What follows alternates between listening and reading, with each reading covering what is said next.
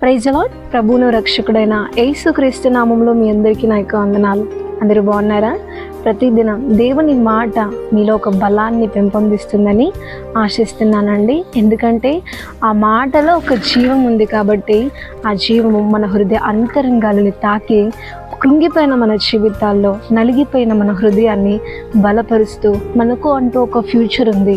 ఆ ఫ్యూచర్ దేవుని ప్రణాళికలో బలమైన ఆ కృపని దేవుడు అందిస్తాడు అని చెప్పేసి మనకు రిమైండ్ చేసి ఇంకా మన జీవితంలో ఒక ఆశని అనేది మనకు పుట్టిస్తుంది. అట్టి కృపను మీరు ప్రతి ఒక్క వాగ్దానం ద్వారా పొందుకుంటున్నారని ఆశిస్తున్నాను. మరి ఈ ఉదయకాల సమయంలో దేవుని యొక్క వాగ్దానాన్ని చదువుకుందాము. థెస్సలోనికి రాసిన మొదటి పత్రిక 5వ అధ్యాయము 16వ వచనం. ప్రతి విషయమునందును కృతజ్ఞతాస్తుతులు చెల్లించుడి, ఇలాగు చేయుట యేసుక్రీస్తునందు మీ విషయంలో దేవుని చిత్తము. ఆమేన్. చాలా చక్కటి యొక్క వాగ్దానాన్ని దేవుడు మనకు అందించి ఉన్నాడు. దేవుని యొక్క వాక్యము మనకు సెలవిస్తుంది ఏంటంటే, యేసుక్రీస్తునందు దేవుని యొక్క చిత్తం ఏంటంటే ప్రతి విషయమందు కృతజ్ఞతాస్తుతులు చెల్లించుట అని చెప్పేసి దేవుని యొక్క వాక్యం అనేది సెలవిస్తుంది. ఈ వాక్యం నేను చదవగానే మీరు అనుకోవచ్చు, ఇందులో వాగ్దానం ఎక్కడుంది, ఇది వాక్యమా వాగ్దానమా అని చెప్పేసిన ప్రశ్న మనకు రావచ్చు.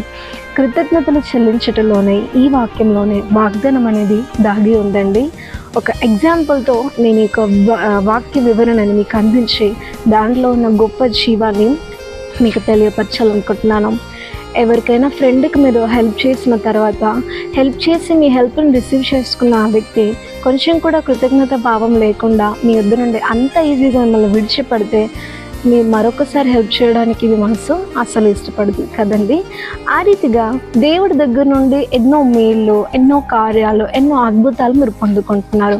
పొందుకున్న ప్రతిసారి పొందుకొని ఇంకా దేవుడిని మర్చిపోవడం కాకుండా మీరు పొందుకున్న ప్రతి మేలుకి, మీరు రిసీవ్ చేసుకుంటున్న ప్రతి కృపా విషయమై మీరు కృతజ్ఞతలు చెల్లించాల్సిన అవసరము ఎంతైనా ఉందండి. ఎందుకంటే కృతజ్ఞతలు ఎదుటి వ్యక్తి మీరు చేసిన మేలు ద్వారా మీకు చెల్లిస్తే మరొక సహాయం చేయడం కూడా మీ మనస్సు ఎంతగానో ఇష్టపడే రీతిగా దేవుడు కూడా మీరు ఆయన చేసిన మేలలో దేన్ని మరొక కృతజ్ఞతలు ఎప్పుడైతే చెల్లిస్తారో ఖచ్చితంగా మీకు సహాయం చేయడానికి, మీకు మేలు చేయడానికి ప్రతిసారి ఆయన ముందుంటాడు.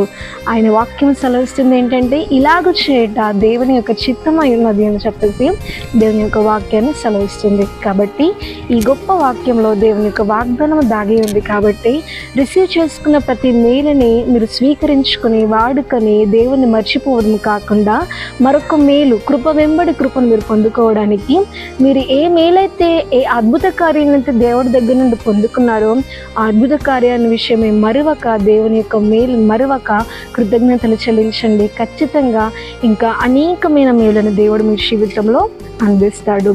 ఆమేన్. ప్రార్థన చేసుకుందాం. పరలోకమందున్న మా తండ్రి, నీకు వందనాలు. చాలా చక్కటి యొక్క వాగ్దానాన్ని మాకు అందించాం. నిజంగా ప్రతి విషయమందు కృతజ్ఞతలు చెల్లించడి అని చెప్పేసి అపోస్తలుడైన పౌలు ద్వారా థెస్సలోని సంఘముతోనూ మాతోనూ మాట్లాడినందుకు నీకు మహిమ కలుగును గాక. ఈ ఉదయకాల సమయంలో మా జీవితంలో ఆగక నీ యొద్ద నుండి మేలు పొందుకోవడానికి తండ్రి, పొందుకున్న ప్రతి మేలు విషయమై తండ్రి మేము నీకు ఒక కృతజ్ఞత కలిగిన మనస్సుని కలిగి ఉండటకు తండ్రి, మాకు మీరు రోజు ఒక మెలకువని దయచేసినందుకు నీకు మహిమ కలుగును గాక. ఎంతమంది అయితే ఇంకా నా దేవా మేళ్ళను రిసీవ్ చేసుకొని మర్చిపోయి తండ్రి, కృతజ్ఞత స్వభావము లేక ఆ మేలు అక్కడి వరకే వారి జీవితంలో ఆగిపోయి తండ్రి ఏ మేలు పొందుకోలేని స్థితిలో ఉన్నారు, వారందరి జీవితంలో కృతజ్ఞత కలిగిన మనసును దయచేయండి. మహిమ ఘనత ప్రభావమును చెల్లించుకుంటూ నమ్మిన ప్రతి జీవితంలో ఈ వాగ్దానంలో దాగి ఉన్న, ఈ వాక్యంలో దాగి ఉన్న వాగ్దానాన్ని మీరు నెరవేర్చమని ప్రభు యేసుక్రీస్తు నామంలో అడిగి బతిలాడి వేడుకుంటున్నాం తండ్రి. ఆమేన్.